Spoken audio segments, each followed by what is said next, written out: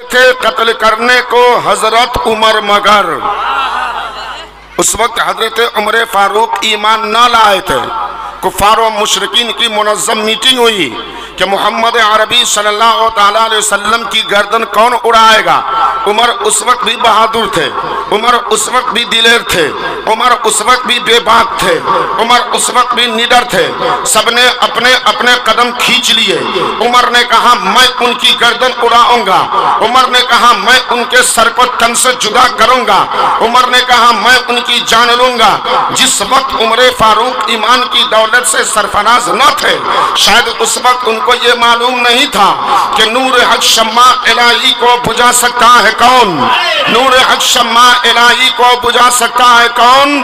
ارے جس کا حامی ہو خدا اس کو مٹا سکتا ہے کون. جس کا حامی ہو خدا اس کو مٹا سکتا ہے کون. عمر چلے تلوار لے کر.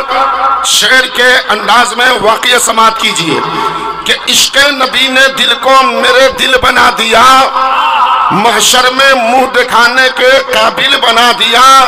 اور آئے تھے قتل کرنے کو حضرت عمر مگر، آئے تھے قتل کرنے کو حضرت عمر مگر، ارے آئے تھے قتل کرنے کو حضرت عمر مگر، آقا نے ان کو مومن کامل بنا. آئے تھے قتل کرنے کو حضرت عمر مگر، آقا نے ان کو مومن کامل بنا دیا. اے پیارے نبی کے پیارے دیوانوں، جب سے ہماری آمد سرزمین مہادیو پٹی پہ ہوئی ہے، تب سے میں دیکھ رہا ہوں درمیان میں کبھی غوث کا نعرہ لگتا ہے، کبھی خواجہ کا نعرہ لگتا ہے، کبھی سرکار آسی کا نعرہ لگتا ہے، کبھی دوسرے اولیاء کرام کا نعرہ لگتا ہے. بلا شبہ نعرہ لگانا چاہیے. اور سب سے بھاری بھرکم، سب سے زبردست اور سب سے باوقار تو یا رسول اللہ کا نعرہ ہوا کرتا ہے، یا حبیب اللہ کا نعرہ ہوا کرتا ہے، یا شفیع المذنبین کا نعرہ ہوا کرتا ہے، یا رحمت للعالمین کا نعرہ ہوا کرتا ہے.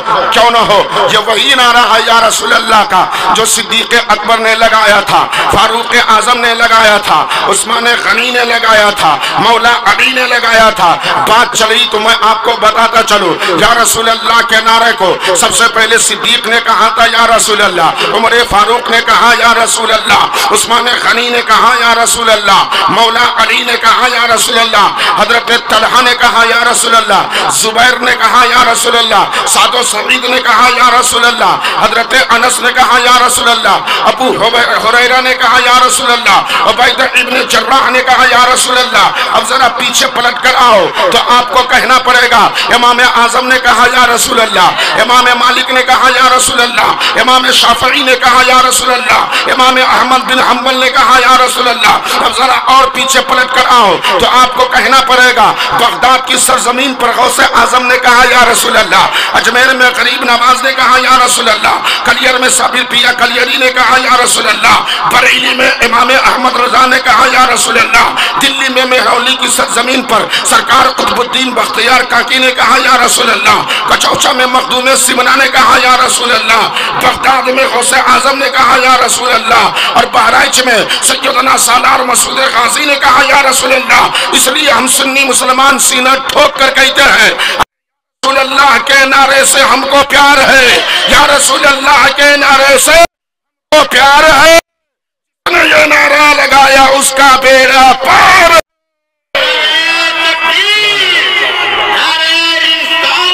یا رسول اللہ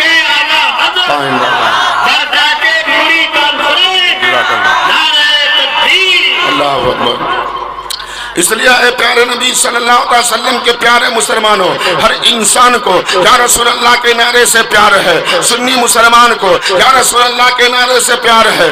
سنی کے بچے کو یا رسول اللہ کے نعرے سے پیار ہے. سنی نوجوانوں کو یا رسول اللہ کے نعرے سے پیار ہے. سنی کا ہر نوجوان یا رسول اللہ کے نعرے کو پسند کرتا ہے، اس لیے کہ سنی کے ہر نوجوان کو رسول اللہ کے علاوہ تمام اولیاء کرام سے پیار،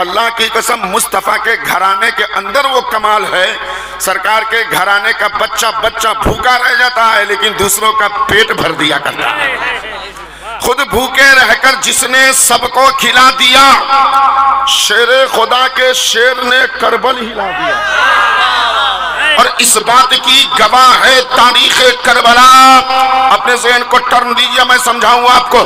کچھ لوگ کہتے ہیں کربلا کی دھرتی پر، کربلا کے میدان میں حسین اور حسین کے چاہنے والے پانی کی بوند بوند کے لیے ترس گئے۔ میں کہوں گا تم غلط کہتے ہو، حسین پانی کی بوند کے لیے نہ ترسا تھا، حسین کا دیوانہ پانی کے لیے نہیں ترسا تھا، علی اصغر کو پانی کی ضرورت نہیں تھی، علی اکبر کو پانی کی حاجت نہیں تھی، ابن محمد کو پانی کی ضرورت نہیں تھی، حضرت قاسم پانی کے محتاج نہیں تھے، حضرت عباس علم بردار پانی کے محتاج نہیں تھے۔